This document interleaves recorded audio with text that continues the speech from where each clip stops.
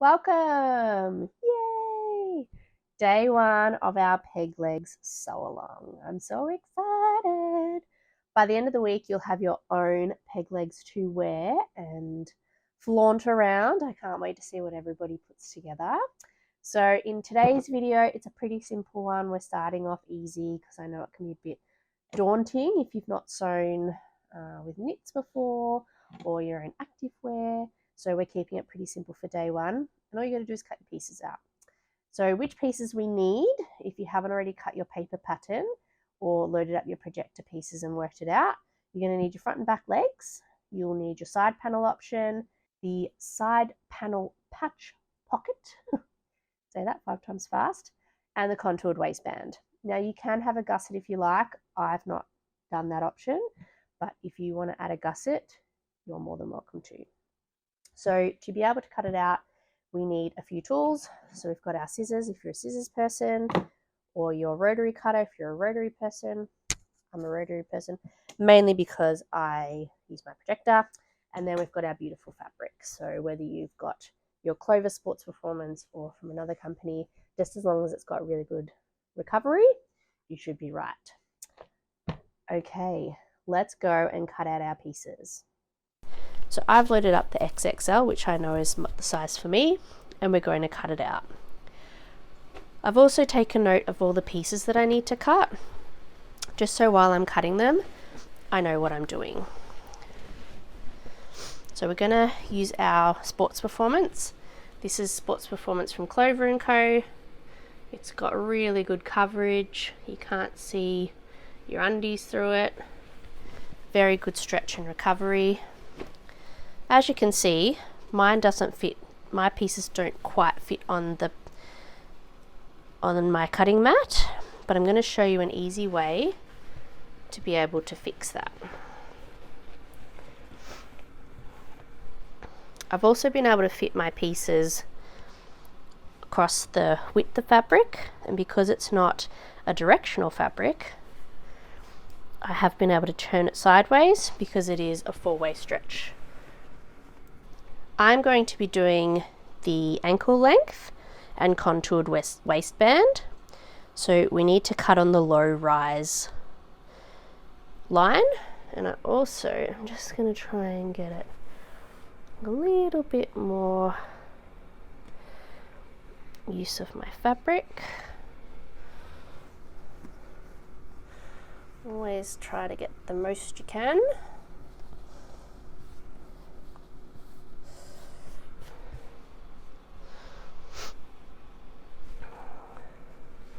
Looking pretty good. So I'm going to get my rotary cutter. I'm also going to get 2 pins. And what I'm going to do is I'm going to put these pins along the capri cut line, because that's where I'm going to move my pieces up, so I know where to line it up with when I move my pattern pieces down to cut again. You'll understand what I mean when I do it.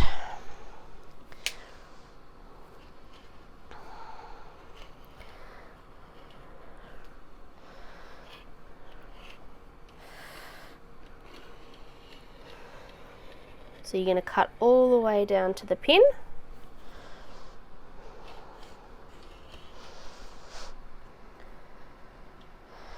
There is a notch here that you can either cut out or mark with tailor's chalk, but it's really important that you mark all the notches, especially when you're doing colour blocked pieces like this, so you don't get yourself confused.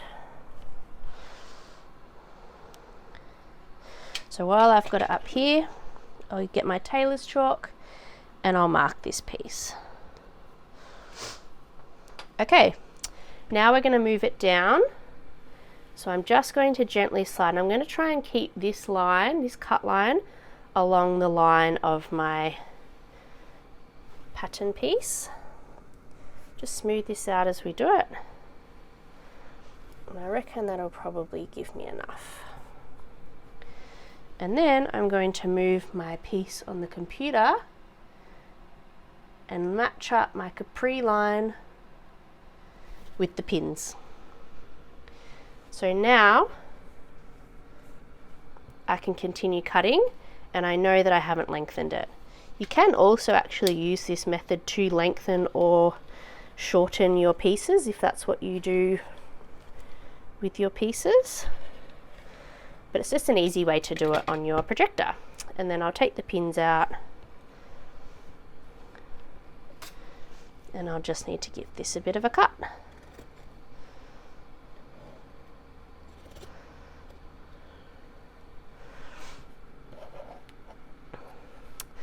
And now my front pieces are done. Sometimes with a rotary cutter you do just have to go along and cut those tiny little bits that it's holding on with. You might have a nick in your rotary blade. It is always a good idea to mark your front and back pieces so that you know what you're working with.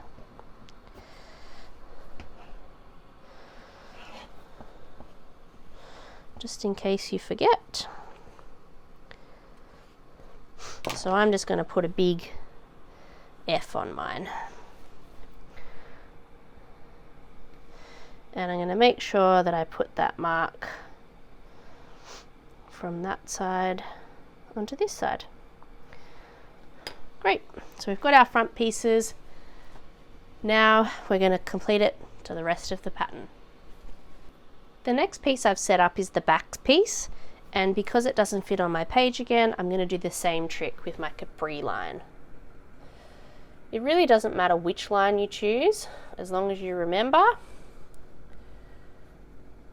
and do the same. There's often a shorten or lengthen line, so you can choose that. I could have used the shorties, the bike, whatever it is that I need to do. So I'm just going to cut my low rise again all the way to the bottom, making sure when I finish that I put my marks in.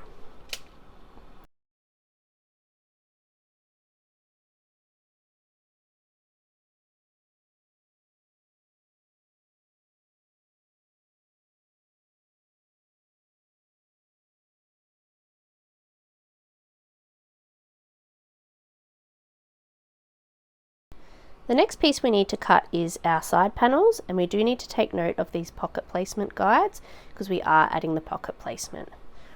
So just do the same as what you've done with your front and back pieces, but when we're marking our pieces out, we will make sure that we add our pocket panel placement.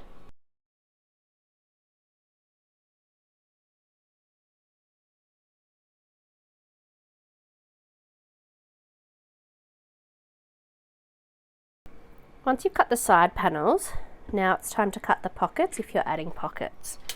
So we need two, but you can also just add a pocket on one side if you wish.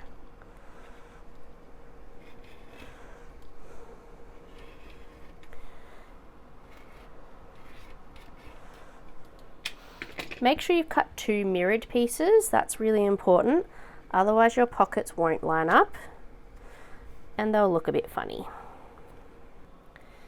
The last thing we have to cut is the 4 waistband pieces. So you'll have 2 outer pieces and 2 lining pieces. I'm cutting mine out of the same fabric, but you can cut a contrasting fabric if you wish, like a black, or you know, we could have gone a gold. But for this, I'm just going to cut it out of the same fabric.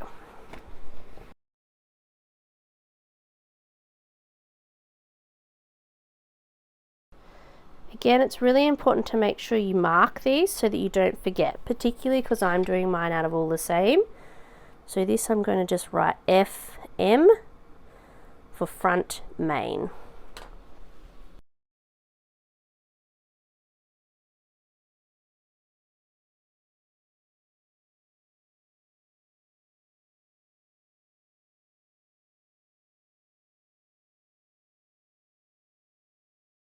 The final piece we need to cut is the side panel pocket band.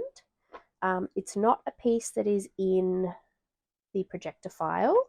I'm not even sure it's on the paper file, but it is listed on page 6 of the instruction booklets. So it's just got the cut chart measurements, which we will need 2.5 inch by 4 inch pieces. So they just go at the top of the pocket. So what I'm going to do is I'm just going to cut it basically out of my scraps, and I've got a quilting ruler.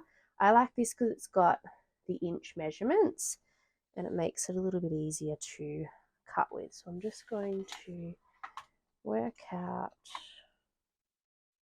where I'm going to get my 4 inches from.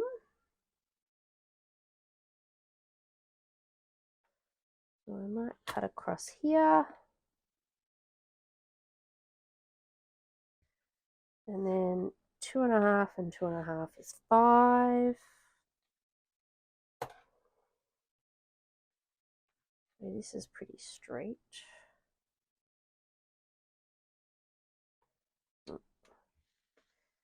Getting myself all mixed up here. Here we go. 1, 2, 3, 4. So that's actually 5 by 5 basically. So 4 inches by that.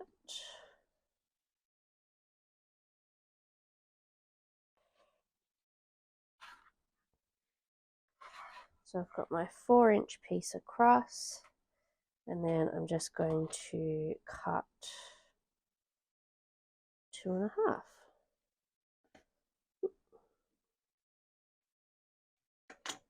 I now have my 2 by 2.5, which this is also 1, 2.5 by 1, 2, 3, 4 inches across.